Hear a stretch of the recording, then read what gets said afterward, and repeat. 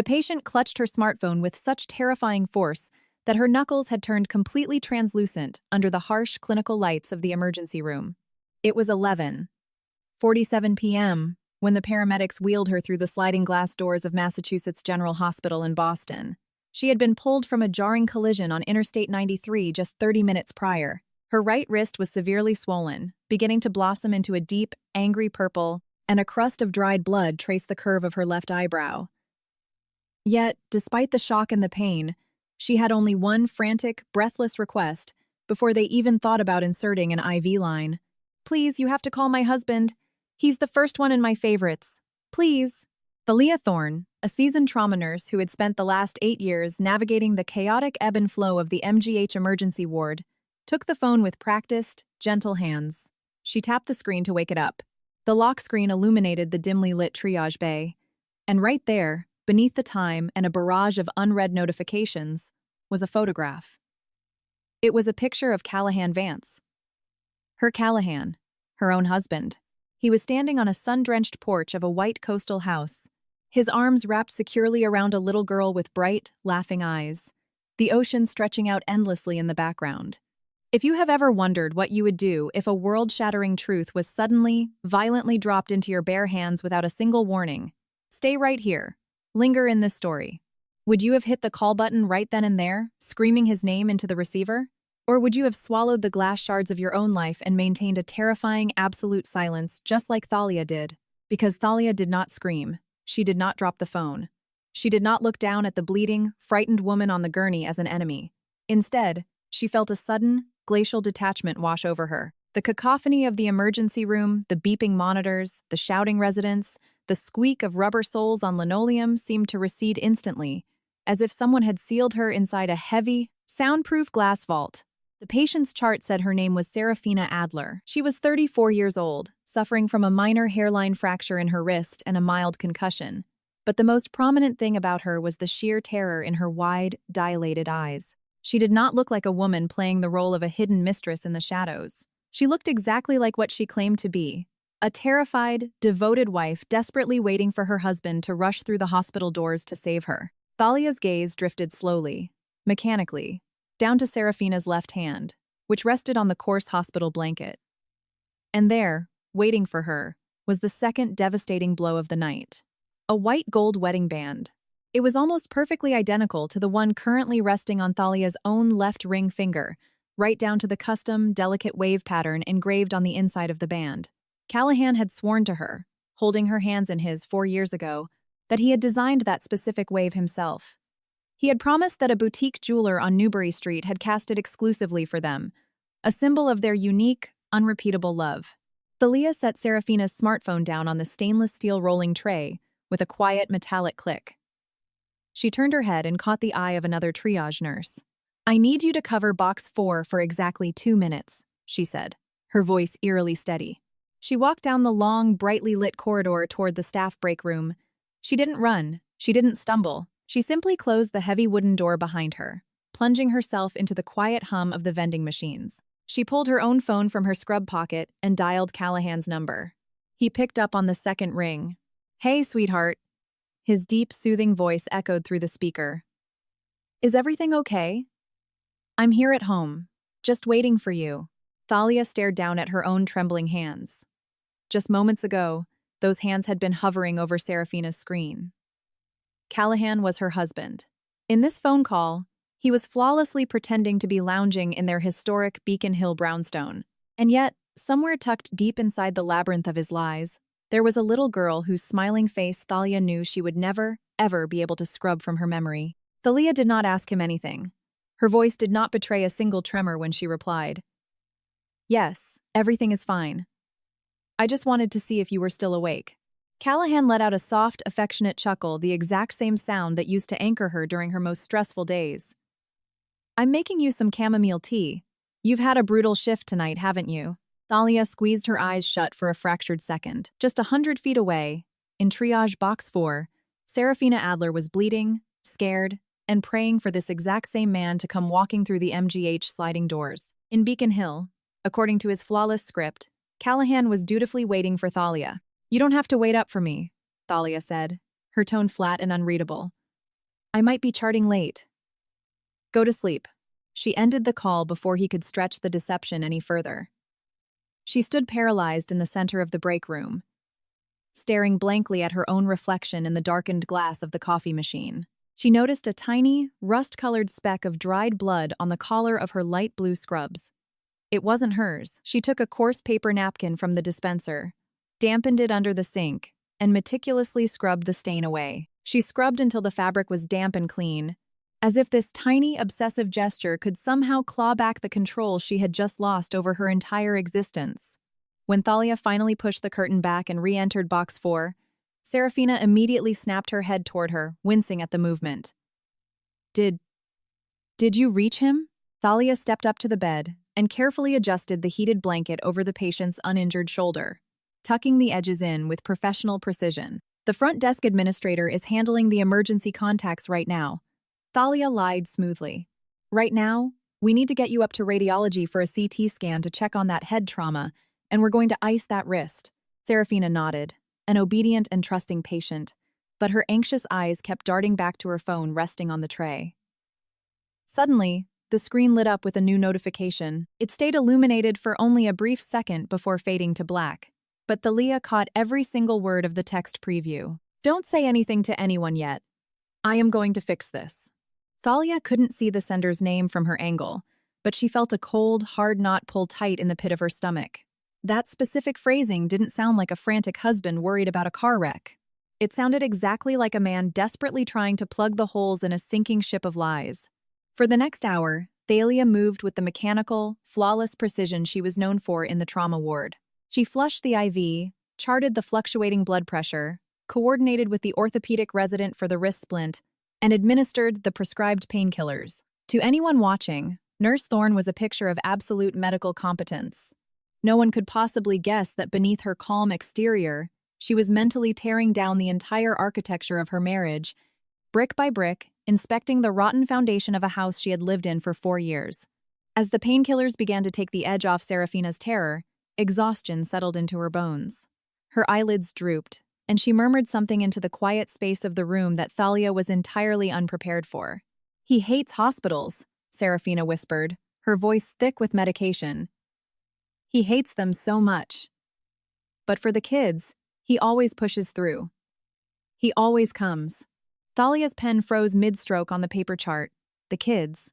Serafina offered a faint, drowsy smile, the unmistakable, bone-deep tenderness of a mother speaking of her children, even when she was battered and bruised. Dorian and Lyra. Lyra. She gets so terrified if she wakes up in the dark and I'm not there. The pen in Thalia's hand felt like it weighed 50 pounds. Lyra. It was the exact same name Callahan had thoughtfully, lovingly selected for the daughter he claimed they would one day have together, whenever the time was right. At 6:20 a.m., the grueling night shift finally ended. Thalia stripped off her scrubs, changed into her civilian clothes, pulled her heavy wool trench coat tightly around herself, and walked out of the hospital toward the staff parking garage. The Boston skyline was just beginning to catch the pale, icy light of the early morning dawn. Before starting the ignition of her Volvo, she pulled out her phone, unlocked it, and sat in the freezing car. In silence, she opened her browser and typed a single word she had never once wanted to associate with her husband's name: Charleston. Thalia didn't text Callahan on the drive home. She didn't call him. She navigated the morning traffic, crossed the bridge, and parked in her usual spot beneath an old, twisting elm tree on their quiet Beacon Hill street. In the autumn, its leaves always clogged her windshield wipers. She walked up the brick steps of their brownstone slowly, the phone still clutched in her hand, the search results for Charleston, South Carolina, glowing on the screen.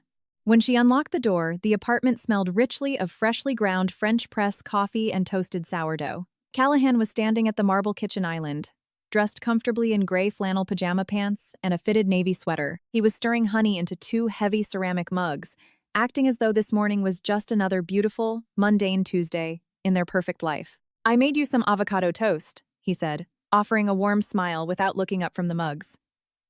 You look completely exhausted. It must have been a nightmare shift. Thalia set her leather tote bag down on one of the bar stools. She didn't move.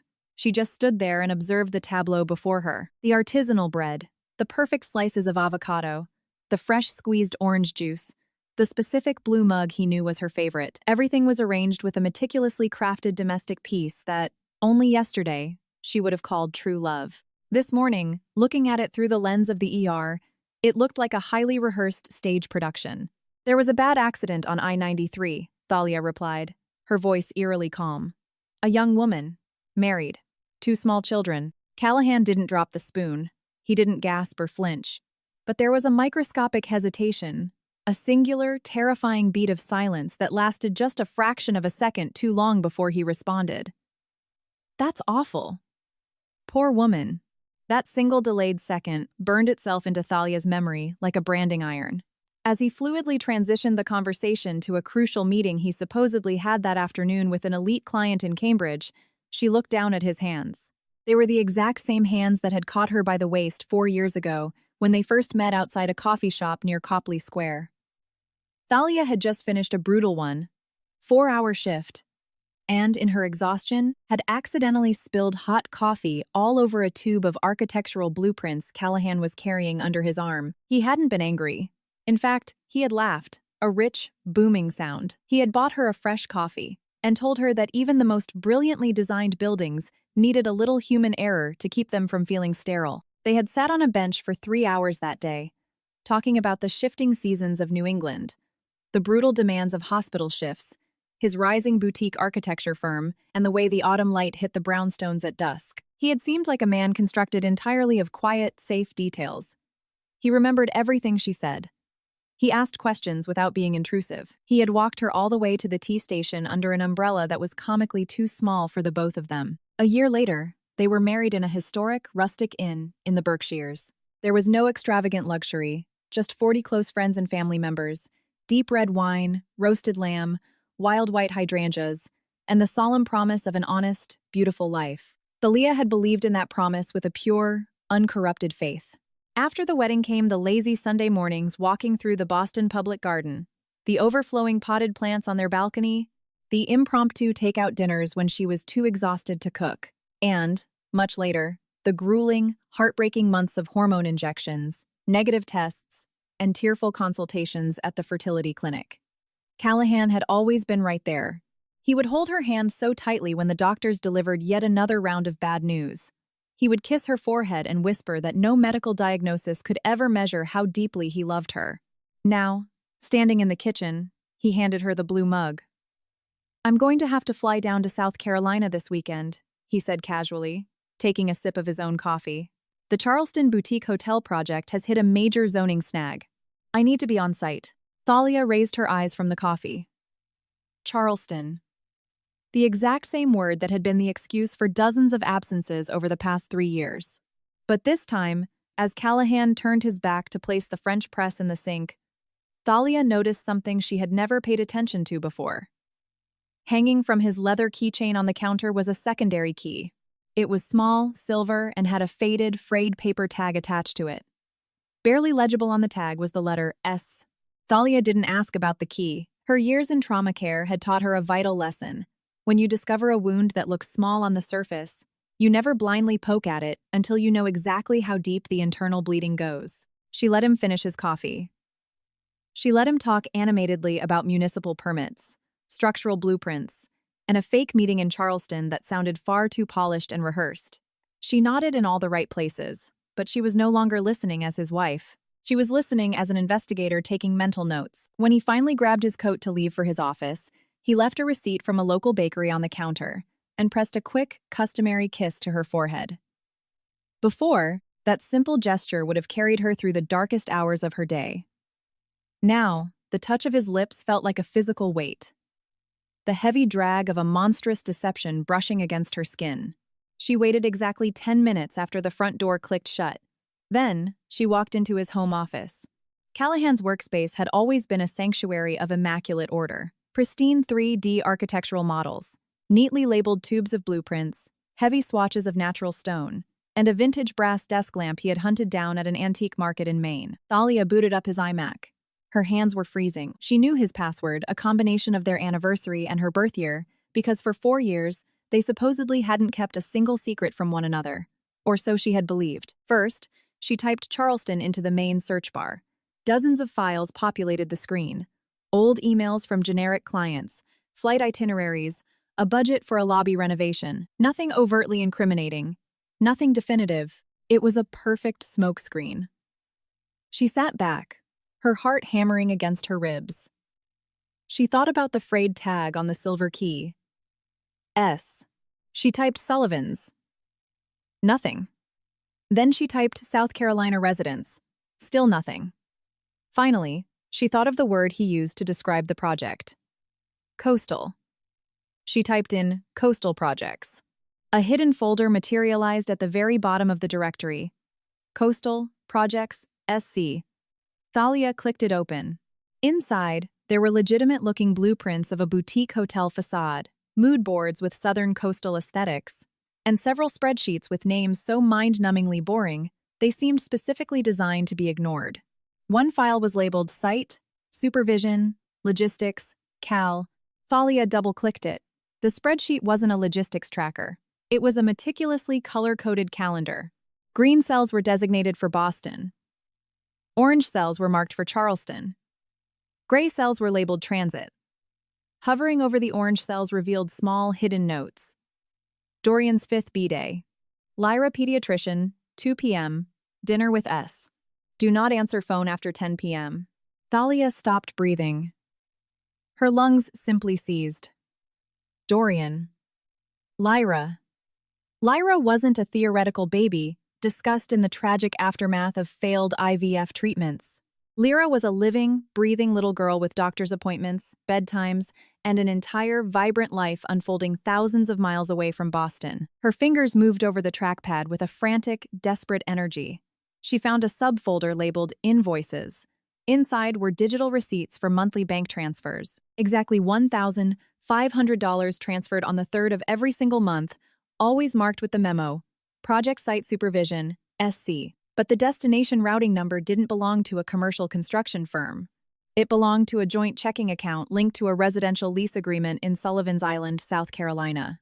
Thalia opened the PDF of the lease. There was the address. There were the names of 2 minor dependents listed as occupants. And there was the co-signer, Serafina Adler. Thalia shoved the rolling chair back so violently it crashed into a bookshelf. Her body physically demanded distance from the glowing screen. She stumbled out of the office, bracing herself against the hallway wall, and made it to the kitchen. She turned the faucet to cold and shoved her wrists under the freezing water. She didn't cry.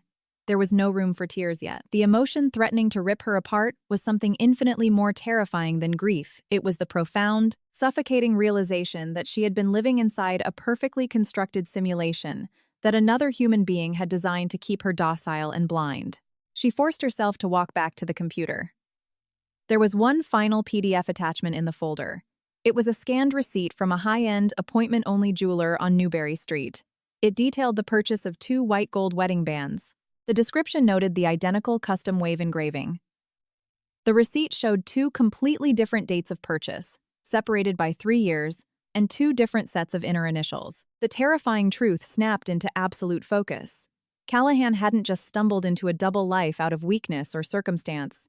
He had engineered it. He had drafted the blueprints for his betrayal, budgeted for it, and commissioned it piece by piece, exactly like one of his buildings. Just as Thalia was reaching for the mouse to close the window, a small banner notification popped up in the top right corner of the screen. It was an incoming email to a hidden Proton Mail account she had never seen before. The subject line was blank. The preview text read, Serafina is asking questions about last night. Do not fly to Charleston this weekend. Stay away until I fix this. Thalia read the message 3 times. She didn't touch the keyboard to open it. She didn't click through the rest of his emails. She simply pressed the keys to take a silent screenshot of the desktop.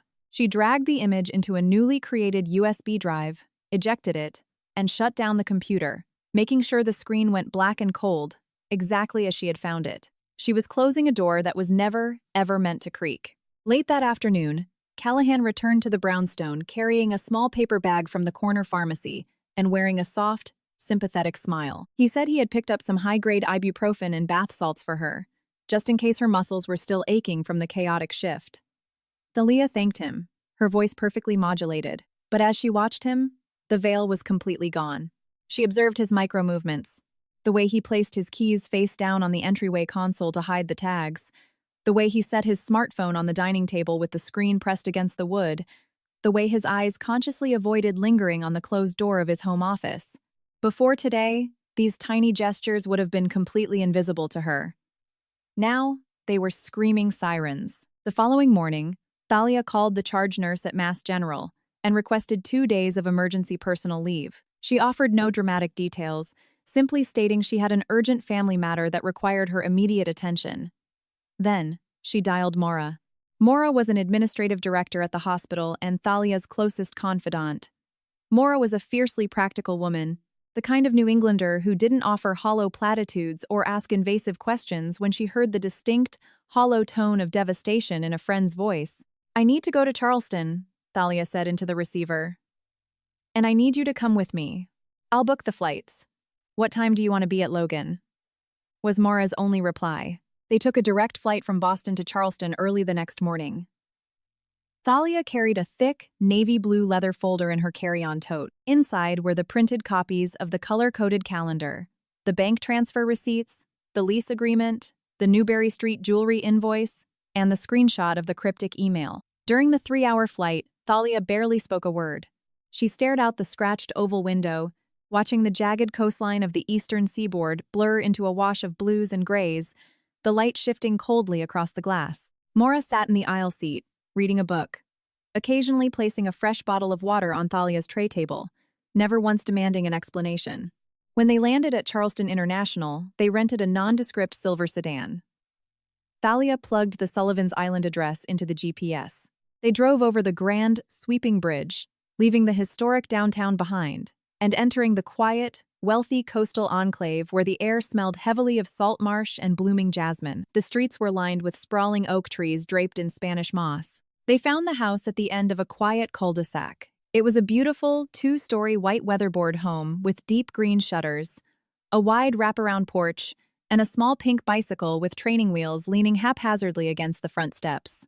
Thalia killed the engine and sat in the oppressive silence of the car. "Don't get out yet," Maura whispered, finally breaking her silence, her eyes locked on the front door. She didn't need to. Exactly 40 minutes later, the heavy oak door swung open. Serafina emerged first. Her right arm was securely wrapped in a dark blue fiberglass cast and a sling. She moved carefully, wincing slightly as she descended the porch steps. A moment later, a little boy who looked to be about 5 years old burst out of the house. He had a mop of dark, wavy hair, Callahan's hair, and was wearing a Boston Red Sox cap, dribbling a soccer ball across the driveway. Trailing right behind him was a tiny girl with messy brown pigtails, clutching a worn-out stuffed rabbit to her chest. Serafina knelt down awkwardly, struggling with her one good hand to zip up the little girl's light windbreaker. She pressed a gentle kiss to the boy's forehead, laughing at something he said, before herding them toward a silver SUV parked in the driveway. Watching them, Thalia felt the white-hot, blinding rage inside her suddenly shift. It didn't evaporate, it crystallized. It became something icy, sharp, and terrifyingly precise. There was no extravagant luxury here. There was no sultry, malicious mistress lounging in silk. There was only an exhausted, injured mother desperately trying to get her kids to elementary school on a Thursday morning. "That's Lyra," Thalia murmured, the words slipping out of her mouth almost involuntarily. Maura looked over at her, her face filled with quiet sorrow. But she didn't say a word. Across the street, the little girl looked up at Serafina and yelled something joyous that the wind carried away.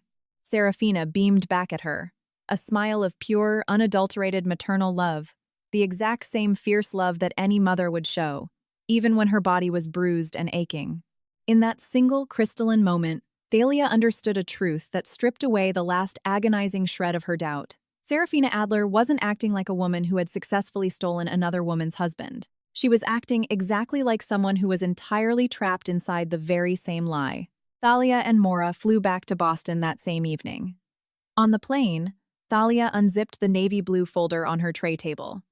She methodically arranged the papers in chronological order. First, the receipt for the rings, then the color-coded logistics spreadsheet, then the monthly $1,500 transfers. And finally, the screenshot of the warning email, "Stay away until I fix this." The morning after she returned, Thalia made a phone call to Gwendolyn Pierce. a high-profile family law attorney based in the financial district, highly recommended by the chief of surgery at MGH. Gwendolyn was sharp, impeccably dressed, and entirely devoid of theatrical sympathy. She listened to Thalia lay out the narrative in a sterile, factual monotone. She didn't gasp. She didn't offer a hug.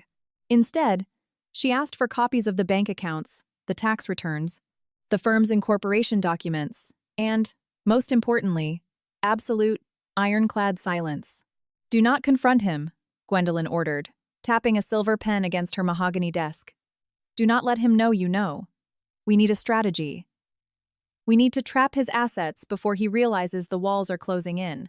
That night, back in the Beacon Hill brownstone, Callahan poured 2 glasses of expensive Cabernet. He casually mentioned that he would, unfortunately, have to take the red-eye to Charleston on Friday to smooth over the permitting issues with the hotel investors. Thalia accepted the wine glass, letting her fingers brush against his. "Of course," she said, offering a serene, supportive smile. "You have to protect your project. I know how important it is to you." Callahan exhaled a long breath, visibly relieved that he had bypassed her suspicion. He kissed her cheek and went to bed early. At exactly 11:16 p.m., when the rhythmic sound of Callahan's breathing confirmed he was in a deep sleep, Thalia slipped out of bed. She padded silently into the living room, shut the heavy pocket doors, and pulled out her phone. She dialed the number she had memorized from the MGH intake form. The phone rang 4 times. Thalia was about to hang up when a cautious, hushed voice answered. "Hello?" Thalia took a deep, stabilizing breath. "Serafina. My name is Thalia Thorne. I am the trauma nurse who treated you 3 nights ago at Mass General. I need to speak with you about Callahan Vance." On the other end of the line, the silence was so absolute, so heavy, that for a long moment Thalia thought Serafina had dropped the phone. Then, she heard the shaky intake of breath, the rustle of fabric, the distinct click of a bedroom door being quietly pushed shut. "What do you have to say to me about Callahan?" Serafina's voice was trembling, defensive, lined with fear. Thalia didn't launch into a hysterical accusation. She didn't scream.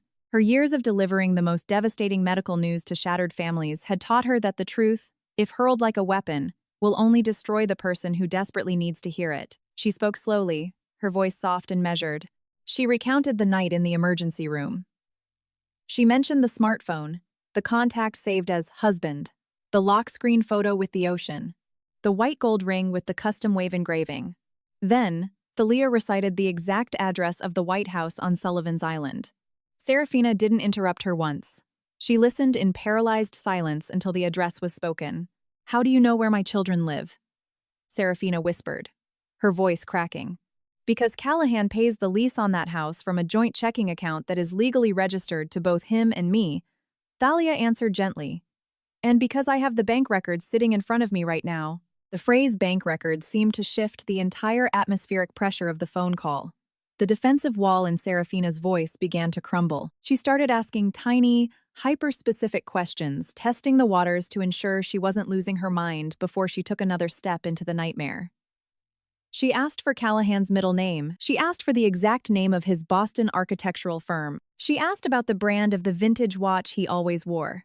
She asked about the thin, pale scar on his right knuckles. Thalia answered every single question flawlessly. Not to forcefully break the woman on the other end of the line, but to hold her hand through the impossible, suffocating doubt. Then, Serafina said something that made Thalia sit up rigidly on her velvet sofa. He told me you were his ex-wife," Serafina said, sobbing quietly now. "He told me that you were legally separated, but that you were having a massive psychological breakdown after the IVF treatments failed. He said you refused to sign the divorce papers out of spite. He begged me never to answer the phone if a Boston number called, because you were unstable and you would try to hurt me." Thalia closed her eyes. The darkness in the room felt physically heavy. Callahan hadn't just constructed a second life.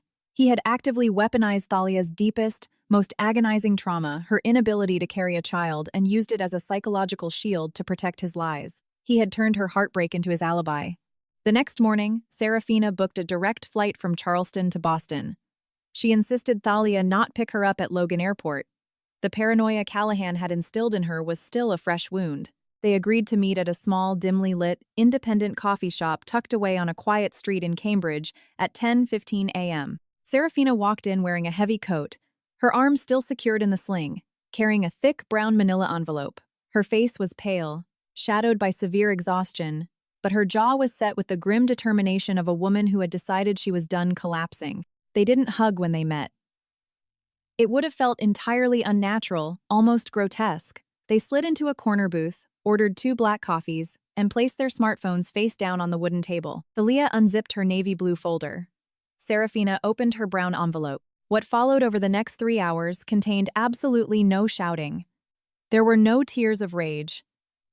It was significantly worse than that. It was the clinical, agonizing autopsy of 2 parallel lives. On February 14th of last year, Callahan had taken Thalia to an exclusive, candlelit dinner in Beacon Hill, gifting her a rare first-edition book of poetry. That exact same night, he had texted Serafina to say he was trapped in a grueling, mandatory late-night emergency session with his corporate investors.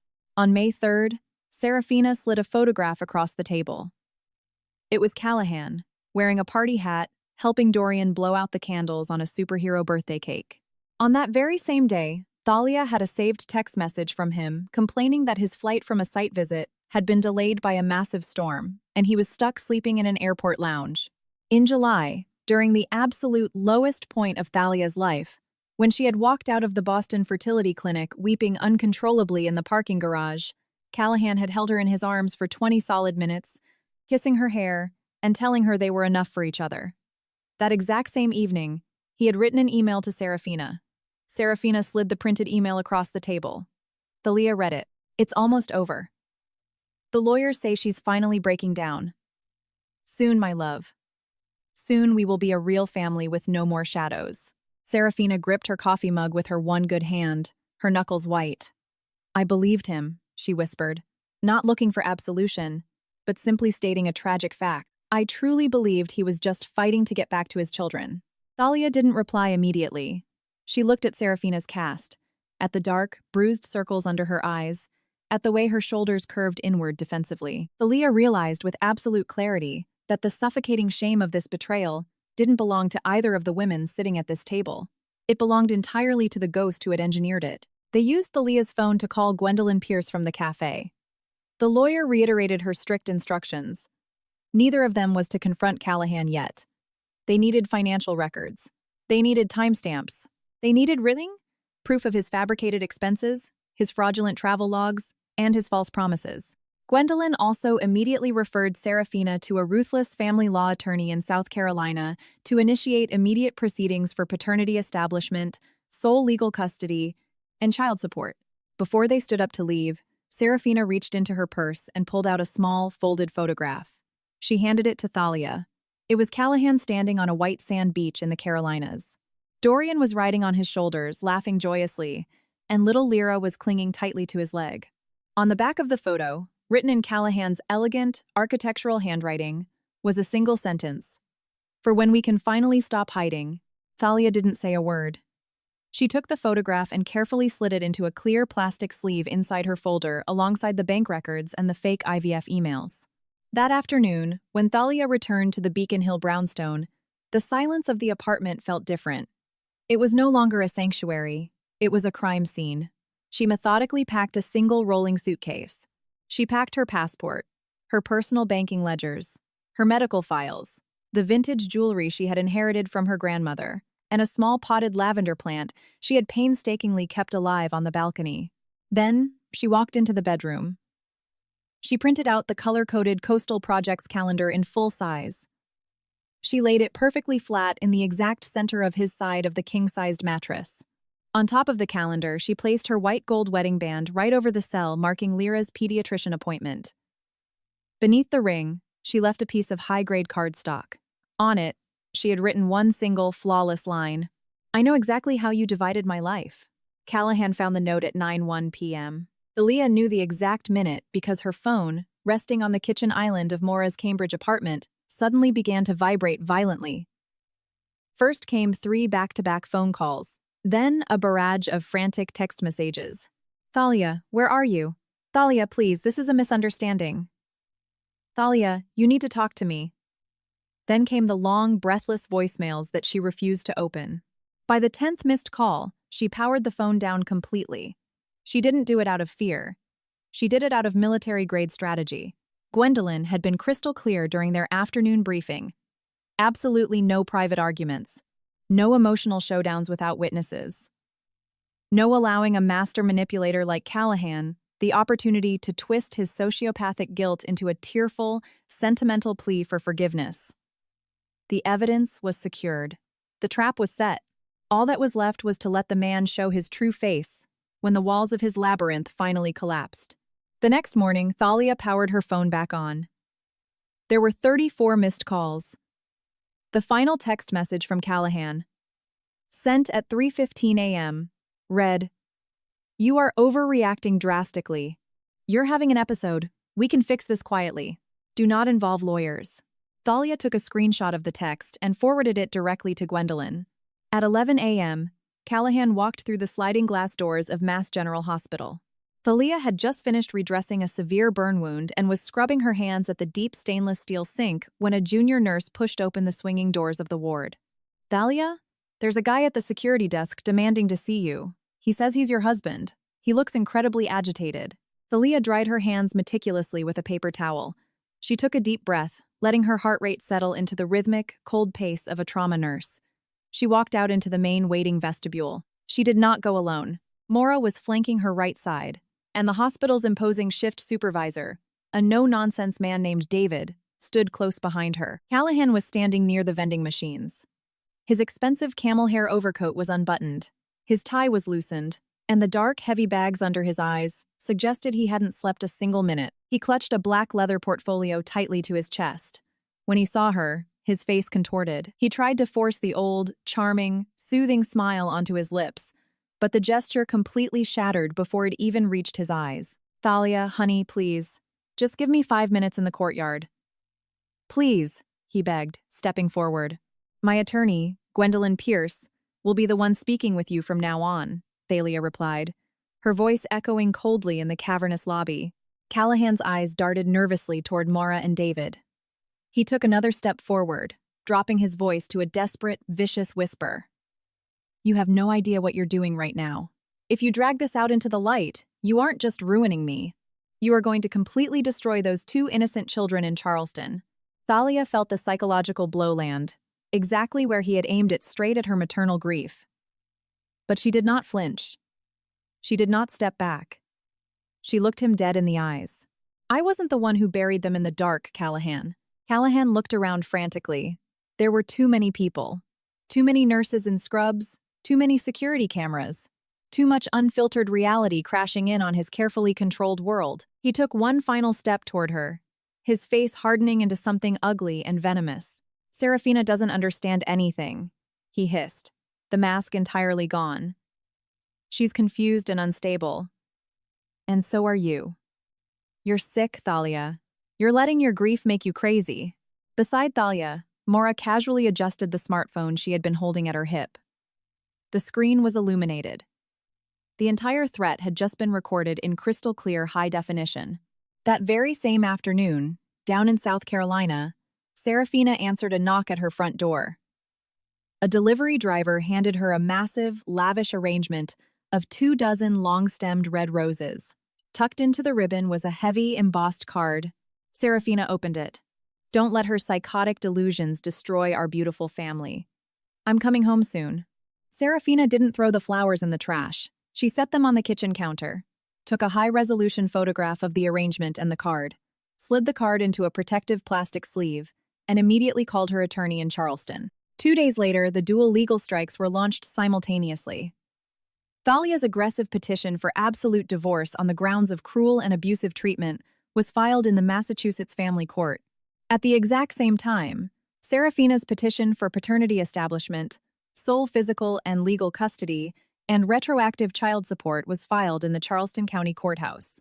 But Gwendolyn Pierce wasn't finished. She drafted a formal legal inquiry and had it delivered by courier to the sleek, glass-walled offices of Callahan's architecture firm in Boston's financial district. The letter was addressed directly to Callahan's senior business partner, Alaric Shaw. It formally requested the preservation of all financial ledgers, corporate expense accounts, and travel logs pertaining to the Coastal Project's SC account, citing an ongoing marital asset investigation. Alaric Shaw called Thalia's cell phone at 8 p.m. that evening. His voice sounded utterly different from the jovial, backslapping architect Thalia had shared drinks with at dozens of lavish firm holiday parties. He sounded hollowed out. "Thalia," Alaric began, his voice tight. "I need to ask you a question, and I need you to answer me very carefully. Did you, as his legal spouse, authorize any personal funds to be routinely charged back to the firm under the guise of site supervision and material procurement?" Thalia closed her eyes. The puzzle was finally locking into its final shape. "No, Alaric. I did not." The silence on the other end of the line lasted barely 3 seconds, but it was long enough for Thalia to know that Alaric had just found the rotting floorboards in his own company. The firm's emergency internal audit began on Monday morning. Callahan hired a crisis management lawyer and desperately tried to frame the discrepancies as minor administrative oversights, sloppy bookkeeping due to stress. But forensic accounting does not bow to charm, and numbers do not lie. The auditors uncovered dozens of fraudulent receipts.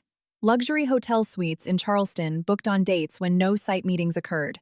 Duplicate mileage reports, expensive per diem dining charges logged when he was actually sleeping in the Sullivan's Island house. And, most damning of all, the monthly $1,500 transfers meticulously disguised as independent contractor fees. In total, over $110,000 of the firm's operational capital had been covertly siphoned, redirected, or fraudulently justified over the course of nearly 3 years to fund his second life. Alaric did not scream when he cornered Callahan in the firm's executive boardroom. He simply locked the heavy glass door, dropped the thick binder of forensic audits onto the mahogany table, and handed Callahan a pen. He gave him 2 options: quietly surrender his equity in the partnership for pennies on the dollar and resign immediately, or face a highly publicized corporate embezzlement lawsuit that would completely incinerate the firm's reputation and likely end in felony fraud charges.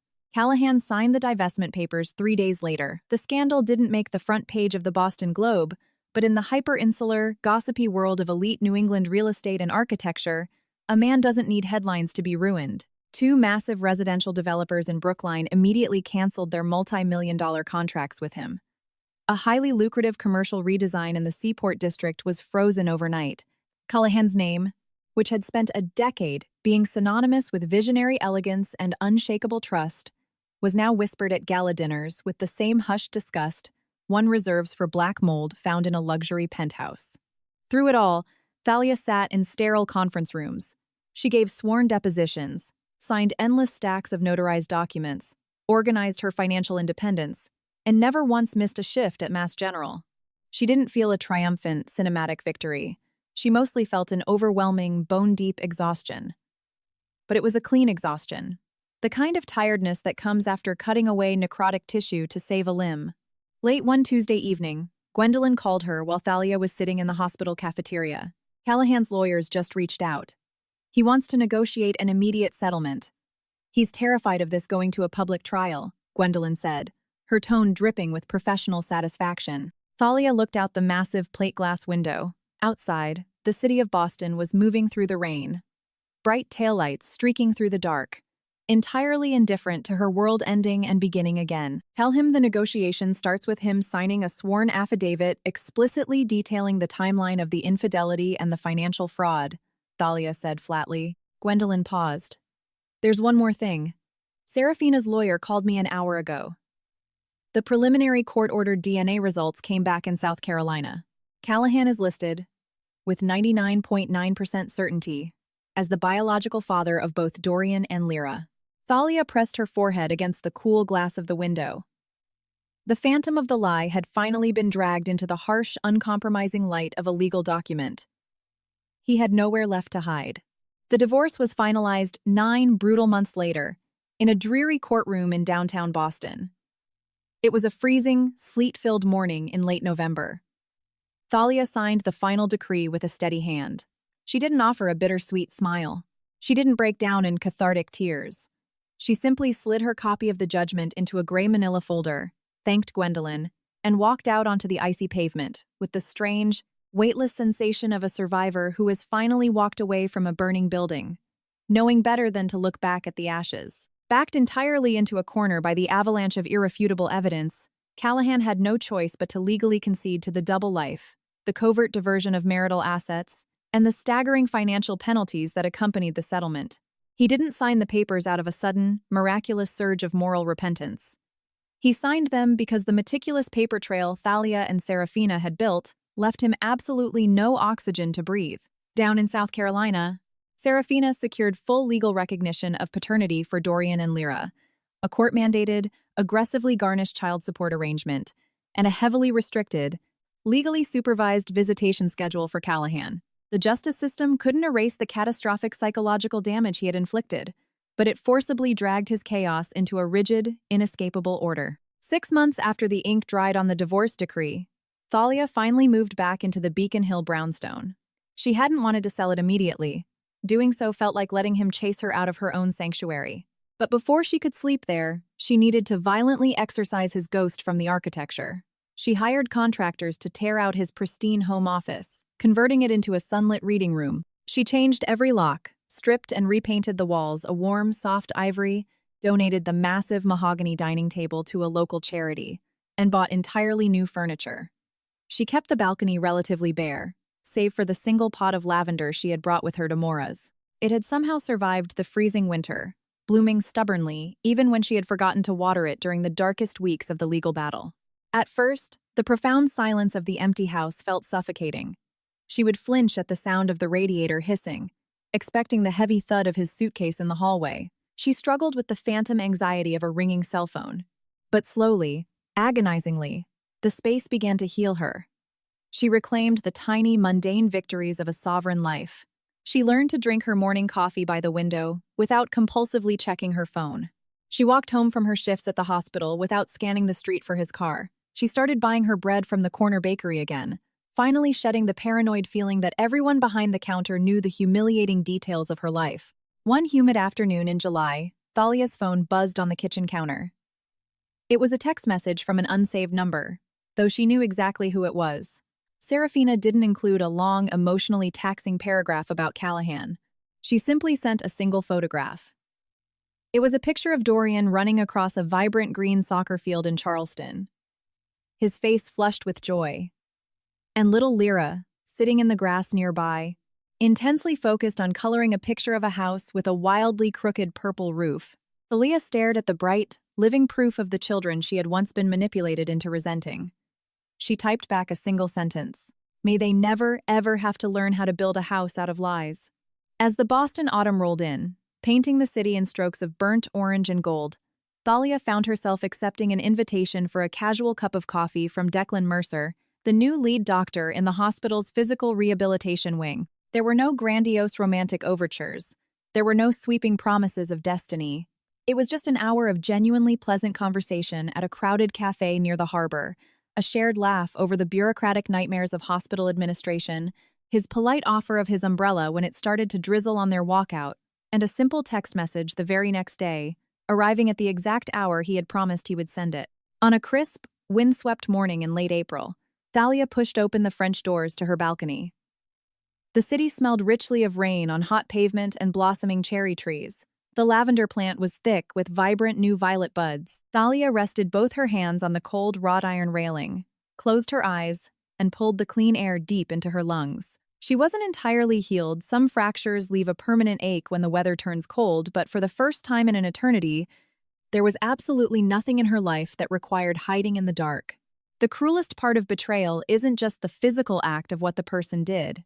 The true horror lies in the grueling, agonizing aftermath, when you are forced to painstakingly excavate and examine every single piece of your shared history. You have to interrogate the beautiful memories, the whispered promises in the dark, the framed photographs on the mantel, and the seemingly safe words that you once thought were a fortress, realizing they were actually the bars of a cage.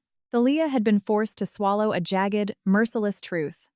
No matter how fiercely, how purely you love someone, your love cannot miraculously transubstantiate their lies into truth, nor can it absorb their cowardice and turn it into your own guilt. But in the ashes of that realization, Thalia discovered something infinitely more powerful.